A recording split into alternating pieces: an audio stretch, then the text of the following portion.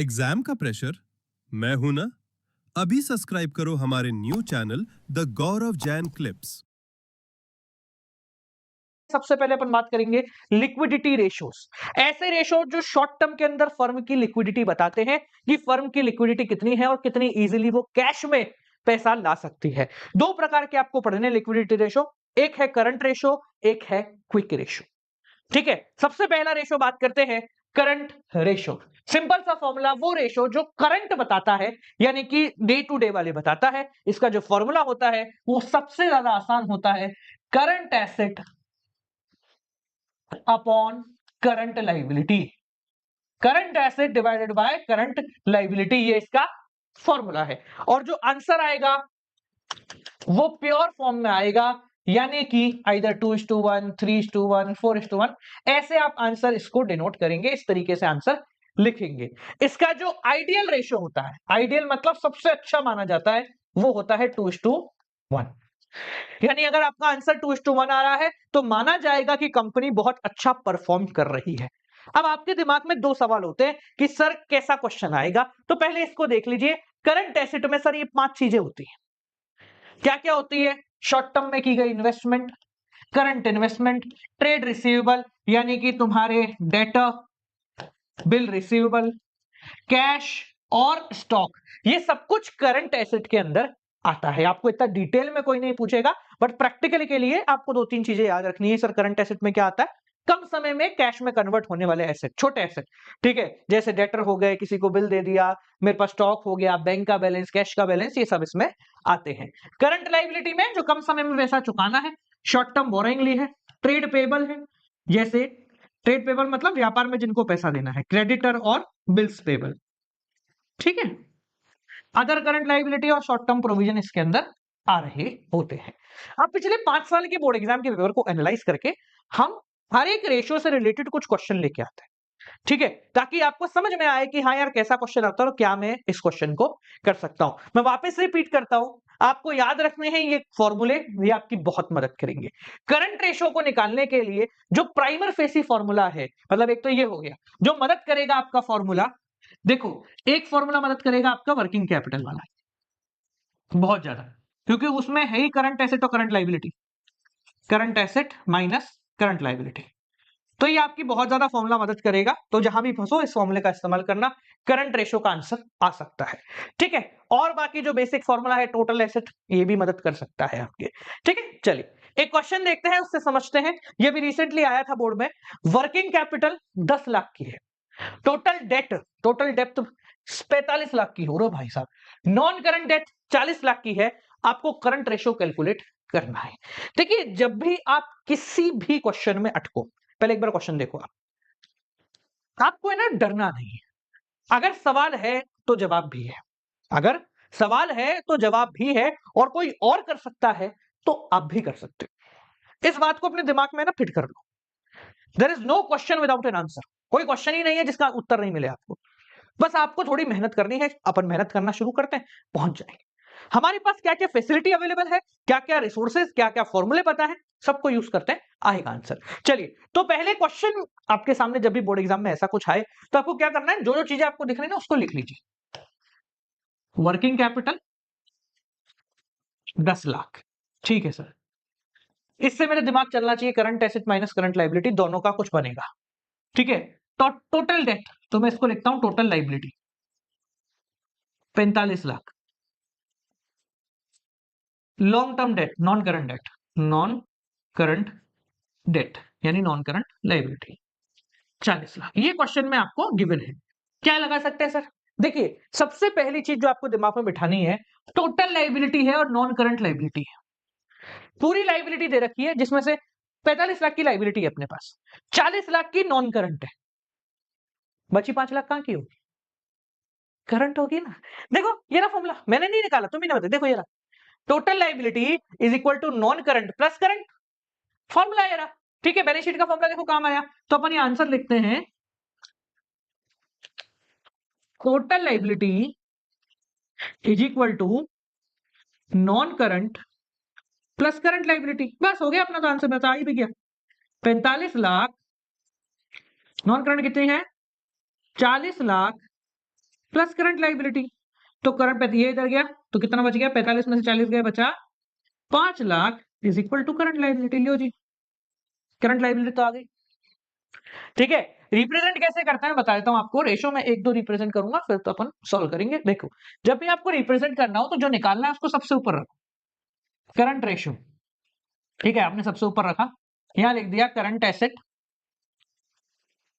Upon current liability, current liability. ठीक है, ये आपको पहले लिखना है। उसके बाद देखो, हमारी करंट लाइबिलिटी कितनी आई, 5 लाख, तो यहां लिखा 5 लाख वर्किंग नोट नंबर 1, कि ये 5 लाख हमारे कैसे आए, वर्किंग नोट नंबर 1 से आए। एक चीज आपको अपने दिमाग में बहुत क्लियरली रखनी है, वो क्या है सर, वो ये है कि आपका आंसर सबसे ऊपर होना चाहिए। मतलब जैसे ही आप, जैसे ये रिप्रेजेंटेशन का तरीका है, ये जो है सबसे लास्ट में आएगा, तो आप जो आंसर लिखोगे उसकी स्टार्टिंग की 2 लाइन में मिल जाना चाहिए एग्जामिनर को आंसर, ताकि वो नीचे जाए ही ना, और वो डायरेक्टली आंसर देखेगा, सब कुछ सही होगा, आपको पूरे नंबर दे देगा। ठीक है, और इसके नीचे वर्किंग नोट बना दीजिए, वर्किंग नोट नंबर 1। ठीक है, तो आपका जो है करंट लाइबिलिटी आ गई है, यानी कि इस फॉर्मूले की मदद से हमारी करंट लाइबिलिटी आ गई। अब क्या निकालना है, करंट एसेट। ये रे भैया करंट एसेट का formula, working capital is equal to current asset minus current liability.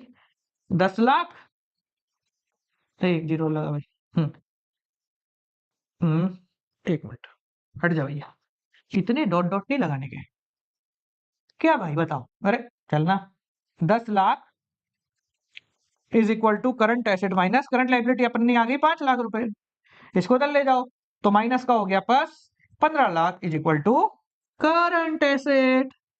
लियो भैया 15 लाख रुपया वर्किंग नोट नंबर 2, इसको नाम दे दो working note number 2। 15 lakh divide by 5 lakh, 3:1, ये अपना आंसर हो गया। अब एग्जामिनर को स्टार्टिंग की 2 लाइन में अगर ये मिल गया ना, तो वो नीचे देखेगा भी नहीं कि आपने क्या दिमाग लगाया है। अगर आंसर सही है तो पूरे नंबर, अगर गलत भी है, गलत होने के बाद वो नीचे ढूंढेगा कि आपने गलती कहां करी, और फिर उसके हिसाब से 1-2 नंबर जो कटने हैं वो कट जाए। पर आंसर को बिल्कुल नीचे मत ले जाया करो, वरना क्या होता है, वो फिर पूरा पढ़ता है, कहीं भी गलती दिखते है वहां नंबर काटना शुरू कर देता है। ठीक है, मजा आया। चलिए अगला सवाल, करंट रेशियो दिया हुआ है 2:2.5:1, वर्किंग कैपिटल दिया हुआ है, आपको करंट एसेट और करंट लाइबिलिटी निकालनी है। कितना आसान सवाल है। करंट रेशियो क्या होता है भैया, formula current asset upon current liability. अब शॉर्ट फॉर्म लिखने हैं अपन, कितना है 2.5:1। ठीक है बहुत अच्छी बात है। और क्या दिया हुआ है, वर्किंग कैपिटल दी हुई है सर, वर्किंग कैपिटल। ठीक है, ये कितनी है 60,000। अब देखो आगे रास्ता है क्या, कोई ढूंढो, कोई रास्ता मिल रहा है क्या। सर ऐसे तो कुछ दिख नहीं रहा है, एक रास्ता मुझे दिख रहा है। देखो,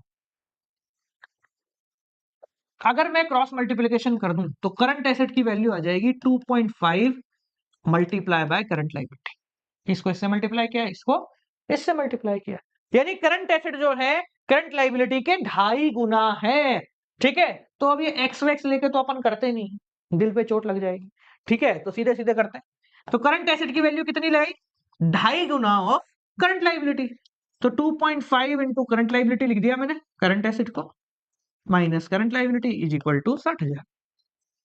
ठीक है, अब देखो 2.5 करंट लाइबिलिटी में से एक करंट लाइबिलिटी माइनस हुई तो कितनी बची, 1.5 current liability is equal to 60,000 रुपए। मल्टीप्लाई का डिवाइड, इसको नीचे उतार दो, तो 60,000 डिवाइडेड बाय 1.5। ठीक है जी, पॉइंट हटाया, इंटू 10 ऊपर, 15 चौक 60, 40,000 is equal to current liability. लीजिए भाई, क्या आ गया, 40,000 is equal to current liability. अब क्या करना है, करंट एसेट निकालने हैं। तो देखिए, current asset is equal to 2.5 multiply by current liability. ठीक है, जब करंट लाइबिलिटी 40,000 रुपए की है तो ये हुआ 40,000,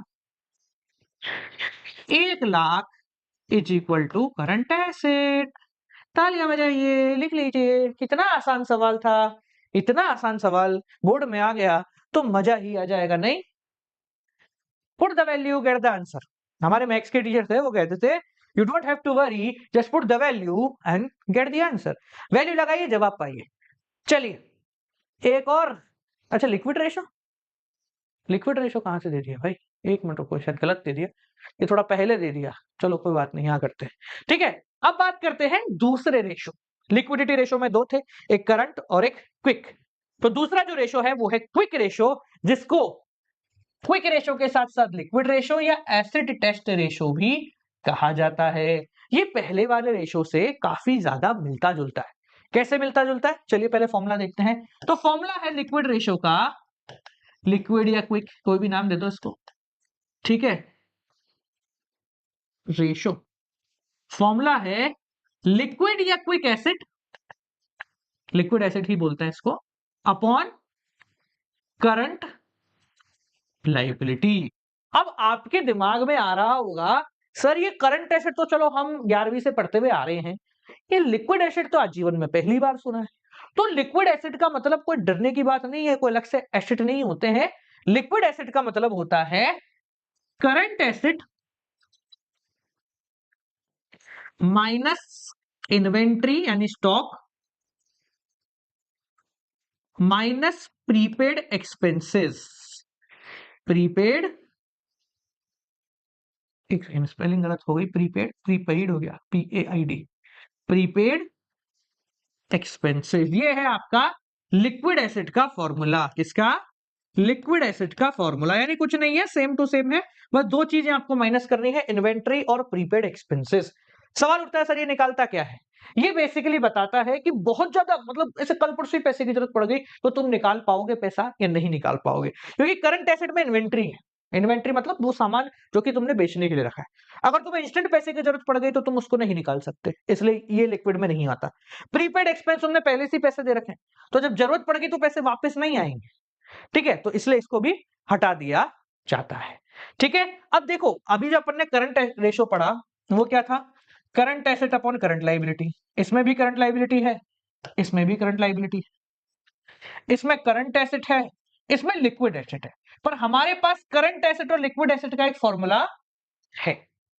ठीक है, तो ये दोनों रेशो काफी मेल खाते हैं, बहुत ज्यादा ही मेल खाएंगे। तो ऐसा क्वेश्चन भी आ सकता है जहां पर आपको एक से दूसरा या दूसरे से पहला निकालने का सवाल आ जाए। ठीक है, इसका जो आइडियल रेशो होता है, आइडियल रेशो वो होता है 1:1। क्या होता है, 1:1। ठीक है, चलो क्वेश्चन करते हैं इसके, समझ में आ जाएगा, ज्यादा कुछ है नहीं इसमें। सबसे पहला सवाल देखो, इन्वेंट्री आपको दे रखी है, वर्किंग कैपिटल दे रखी है, करंट एसेट दे रखे हैं, आपको निकालना है लिक्विड रेशो। ठीक है, देखिए इन्वेंट्री 80,000, आपका दिमाग चल जाना चाहिए इसका इस्तेमाल क्या है, ये क्यों दिया है, क्या आ सकता है। सर इन्वेंट्री की मदद से हम जो है लिक्विड से यहां और यहां से लिक्विड आ सकते हैं, प्रीपेड नहीं गिवन तो जीरो मान लेंगे। ठीक है, तो लिक्विड से करंट और करंट से लिक्विड तक पहुंचा जा सकता है इन्वेंट्री की मदद से। ठीक है, तो ये बीच का पुल हो गया। वर्किंग कैपिटल दी है 2,40,000, जो होती है current asset minus current liability. ठीक है, तो करंट एसेट निकाला जा सकता है, करंट लायबिलिटी निकाली जा सकती है। करंट एसेट आपको ऑलरेडी गिवन है, ठीक है भाई, ये तो आसान सवाल हो गया, बस देखते जाओ आंसर अपने आप आ जाएगा। हाँ भैया, करंट एसेट कितना है, 4 लाख माइनस करंट लायबिलिटी, तो करंट लायबिलिटी कितनी हो गई, जो चाहिए वो प्लस में रखो, 1,60,000। क्या अभी तक अपन ने कोई दिमाग लगाया, कुछ नहीं लगाया, मुझे नहीं पता क्या पूछा है, मैंने बस सिंपली करंट एसेट गिवन थे, वर्किंग कैपिटल थी, ये गायब था तो इसको निकाल लिया। क्या पूछा है भैया, पूछा है लिक्विड रेशियो, तो ठीक है सबसे ऊपर ये लिखेंगे, ये सब नीचे होगा, लिक्विड रेशियो।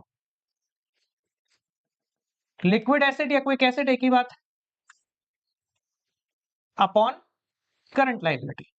करंट लायबिलिटी अपने पास आई गई है ऑलरेडी, वर्किंग नोट नंबर 1 से। बात है सर लिक्विड एसिड, तो लिक्विड एसिड तो ये रहे, करंट एसिड है, इन्वेंट्री है, तो आगे लिक्विड एसिड में क्या दिक्कत है। लिक्विड एसिड ये वाला formula is equal to current asset minus inventory, खत्म हो गया किस्सा, प्रीपेड एक्सपेंस है ही नहीं।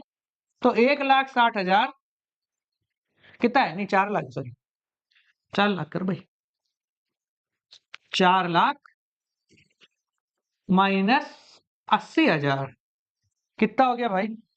3,20,000 रुपए, ये हो गए आपके liquid asset. Working note number 2, 2:1, खत्म।